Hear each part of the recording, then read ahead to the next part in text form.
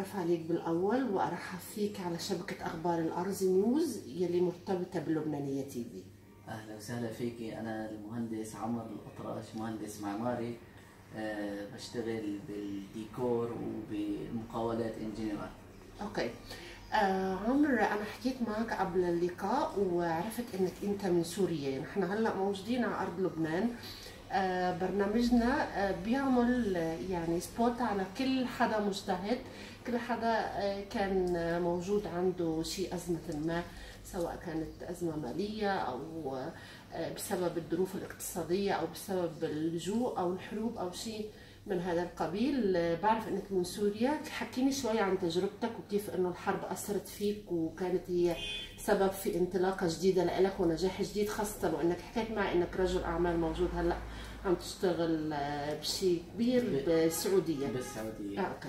انا اول شيء كنت بسوريا، اموري كانت كثير منيحه ممتازه، بغض النظر كمان على شغلي الهندسي.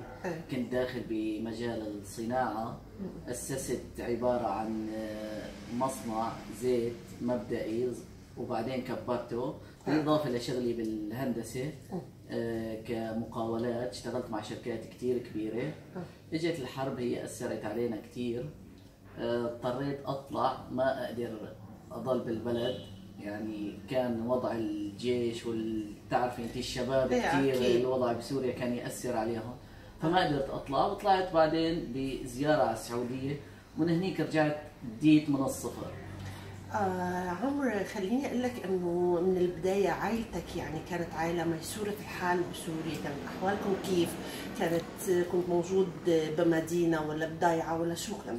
شو وضعك يعني؟ كنا موجودين بحلب، بمدينه حلب. انا كنت عايش بالشام. طبعا. بس والدي مهندس، والدتي دكتوره بالجامعه. اخوي دارس كمان بزنس، واختي كمان دارسه كليه التربيه. يعني الحمد لله كانت الامور العائله منيحه ميسوره، ماشيه الامور منيح. اجت الحرب هي اللي اثرت، خربت الدنيا.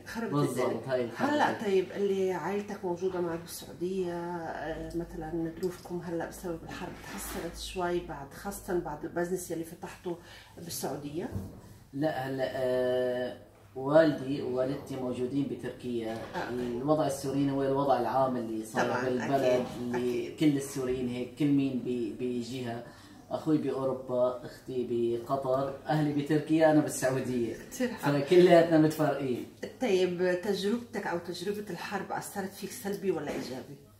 هلا تجربه الحرب اثرت فيني سلبي لفتره، اول ما طلعت، لاني جو جديد، بلد جديده، دنيا جديده، اكيد بزنس. يعني بدك ترجعي تتعرفي على عالم وتكوني علاقات وتكوني كثير قصص تتعبي عليها لحتى تقدري ترجعي تبلشي بغير بلدك. أكيد. هاي الفكره، فهي كانت سلبيه باول فتره، والحمد لله رب العالمين ويسر ومشيت الامور وتحسنت القصص. طب احكي لي شوي عن طبيعه عملك وكيف انك انت نجحت في مجال المعمار، شو هي مشاريعك الجايه؟ هلا انا مهندس معماري. هلا كمان هي صايره تقريبا وراثه، لاني والدي كمان مهندس معماري. فانا كملت المسيره بوقت كنت بسوريا، وطلعت بعدين قلت لك بسبب الظروف طلعنا واسست بالسعوديه. الحمد لله مشاريعنا بلشت يعني تكبر. بتعرفي كل واحد ببلش صغير وبيرجع بيكبر. هي الفكره. مشاريعنا صرت اخذ الطابع المشاريع المميزه، اللي هي صرنا اختصاص. يعني صرت اختص، ما بقى اخذ كل شيء ان جنرال عام. صرت اخذ كل شيء بيختص بالديكوريشن، بالهوسبيتال، بالمكاتب الهاي فينيشينج، الهاي اندينج.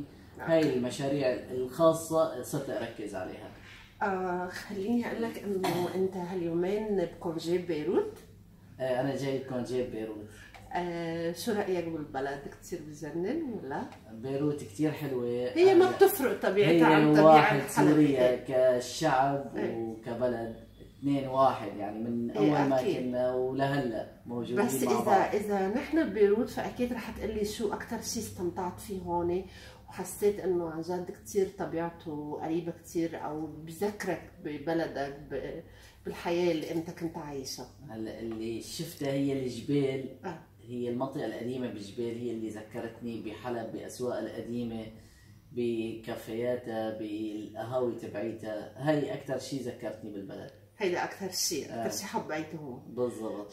وهي قريبة، يعني طبيعتها قريبة على طبيعة حلب بالذات.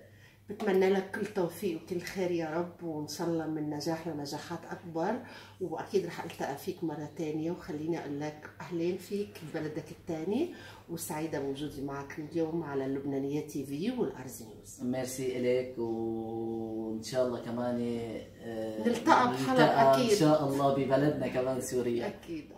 تحياتي لك.